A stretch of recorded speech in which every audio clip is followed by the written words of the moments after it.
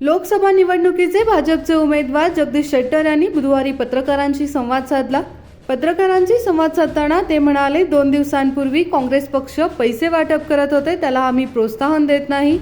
निवडणुका या पैशावर होत नाहीत. तुम्ही प्रामाणिकपणे काम करा. भाजप हा शिस्तीचा पक्ष आहे, ज्याचे नेतृत्व मोदींनी केले आहे. हीच निवडणूक त्यांना पंतप्रधान बनवणार आहे. कितीही पैसे वाटले तरी मोदी पुन्हा पंतप्रधान व्हावेत अशीच भावना लोकांच्या मनात आहे, असे त्यांनी सांगितले.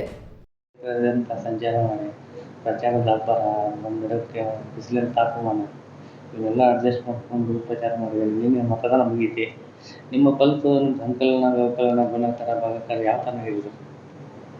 ನಾನು ಮೊದಲಿಂದ ಹೇಳ್ತಾ ಇದ್ದೆ, ಇಲ್ಲಿ ನಾನು ಮಾರ್ಚ್ 27ಕ್ಕೆ ಇಲ್ಲಿ ಬಂದ ಮೇಲೆ ಅಲ್ಲಿಂದ ಇಲ್ಲಿವರೆಗೆ ಕಂಟಿನ್ಯೂಸ್ ಪ್ರವಾಸದಲ್ಲಿ ಇದ್ದೇನೆ. ಇಡೀ ಕ್ಷೇತ್ರ ಸುತ್ತ ಹಾಕಿದ್ದೇನೆ ಮತ್ತು ಡೇ ಬೈ ಡೇ ಏನು ಬೆಂಬಲ ಇದೆಯಲ್ಲ, ಜನರ ಬೆಂಬಲ ಅದು ಇನ್ಕ್ರೀಸ್ ಹಾಕೊಂಡು ಹೋಯ್ತು. ಅದು ಎಲ್ಲಿ ಒಂದು ಕಡಿಮೆ ಅನಿಸಲಿಲ್ಲ. ಒಂದು ಕಾನ್ಫಿಡೆನ್ಸ್ ಬಿಲ್ಟಪ್ ಆಗಿದೆ. ಅದು ನಿನ್ನೆ ಮತದಾನ ಆದಮೇಲೂ ಸಹ ಅಂದರೆ 2 days ಹಿಂದೆ ಕಾಂಗ್ರೆಸ್ ಪಾರ್ಟಿಯವರು ಹಣ ಹಂಚ್ತಾ ಇದ್ದಾರೆ ಅನ್ನುವಂಥದ್ದು ಅಲ್ಲಲ್ಲಿ ಕಂಟಿನ್ಯೂಸ್ ನಮಗೆ ಫೋನ್ ಬರ್ತಾಯಿದ್ವು. ಅದಕ್ಕೆ ನಾವೆಲ್ಲ ಧೈರ್ಯ ಕೊಡ್ತಿದ್ವಿ, ನೋಡಿರಿ ಹಣದ ಮೇಲೆ ಎಲೆಕ್ಷನ್ ಹಿಡಿಯೋದಿಲ್ಲ, ನೀವು ಪ್ರಾಂಪ್ಟಾಗಿ ಕೆಲಸ ಮಾಡಿ.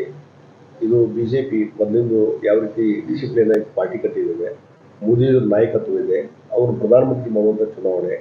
ಅದಕ್ಕಾಗಿ ಅವರು ಎಷ್ಟೇ ಹಣ ಹಂಚಿದ್ರು ಜನರ ಮನಸ್ಸಲ್ಲಿ ಮೋದಿಜಿಯವರು ಇದ್ದಾರೆ, ಮತ್ತೊಮ್ಮೆ BJP ಅಧಿಕಾರ ಬರಬೇಕನ್ನೋ ಮನಸ್ಸಿದೆ.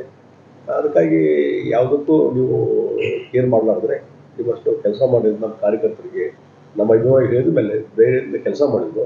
ಮತ್ತು ನಿನ್ನೆ ಬೆಳಗ್ಗೆ ಎಲ್ಲ ಕಡೆ ನಾನು ಇಡೀ ಕ್ಷೇತ್ರದಲ್ಲಿ ಸುತ್ತ ಹಾಕಿದ್ದೆಲ್ಲ, ಆವಾಗ ನಮ್ಮ ಕಾರ್ಯಕರ್ತರು ಒಂದು ಕಾನ್ಫಿಡೆನ್ಸ್ ಬಿಲ್ಟಪ್ ಆಗಿತ್ತು. ಇಲ್ರಿ ಜನ ಇವತ್ತು ನಾವು BJP ಕೊಟ್ಟು ಹಾಕ್ತಾ ಇದ್ದಾರೆ, ಮೋದಿಜಿಯವರು ಮತ್ತೊಮ್ಮೆ ಪ್ರಧಾನಮಂತ್ರಿ ಆಗಬೇಕು.